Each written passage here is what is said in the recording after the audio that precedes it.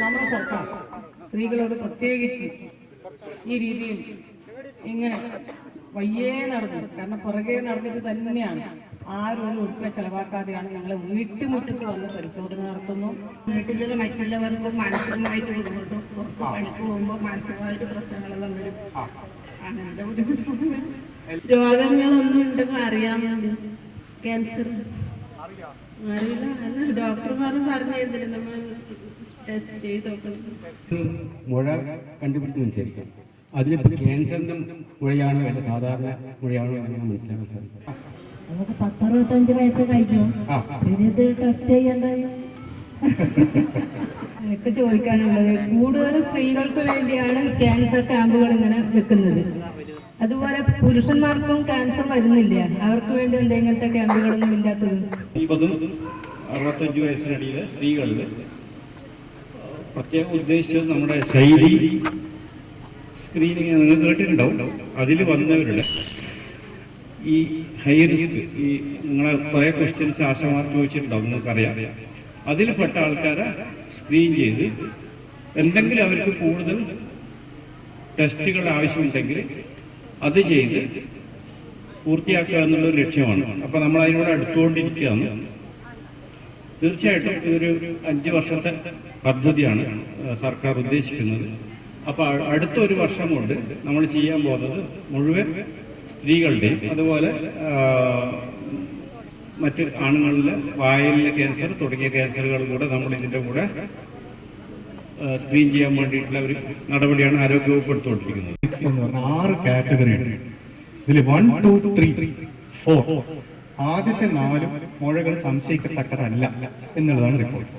4B, 4C, 5, 6 എന്നുള്ളത് cancer ആണ്, സംശയിക്കത്തക്കതുണ്ട്, അതാണ് റിപ്പോർട്ട്. ഇത് കഴിഞ്ഞു കഴിഞ്ഞാൽ നെക്സ്റ്റ് പരിശോധന പറഞ്ഞു കഴിഞ്ഞാൽ കോർ നീഡിൽ ബയോപ്സിയാണ്. നമ്മൾ സൂചി കുത്തിയിട്ടുള്ള ബയോപ്സിയാണ്.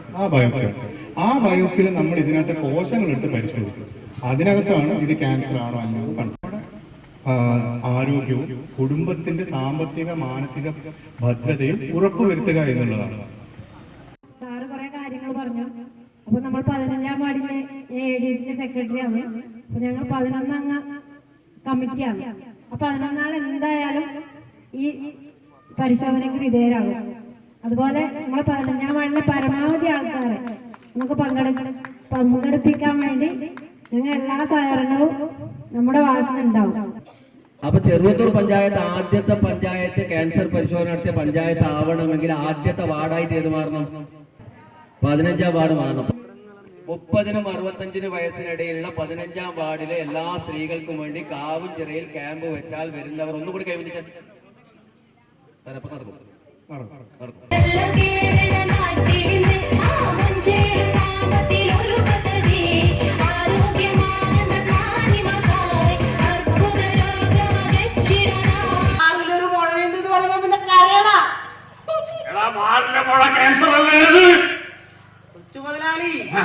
മാറിലെ എല്ലാ മഴയും ക്യാൻസർ ഒന്നല്ല.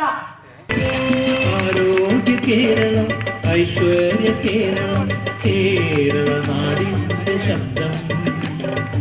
നിനക്കിന്നറിയാമോ പാടാത്ത നാവുകൾ ഭൂമിയിലുണ്ടോ? 1000 നാവുള്ള നന്ദനും വന്നിട്ടു. ജയ ജനാർദ്ദനം കൃഷ്ണ രാധികാപതേ. അലങ്കരിച്ച പന്തലിൽ വന്നു തകവേണം തിരി അലങ്കരിച്ച പന്തലിൽ കലിയിളകിത്തുള്ളാൻ മോഹം, കടലിനെന്തു മോഹം, കരയെ വാരിപ്പുണരാൻ മോഹം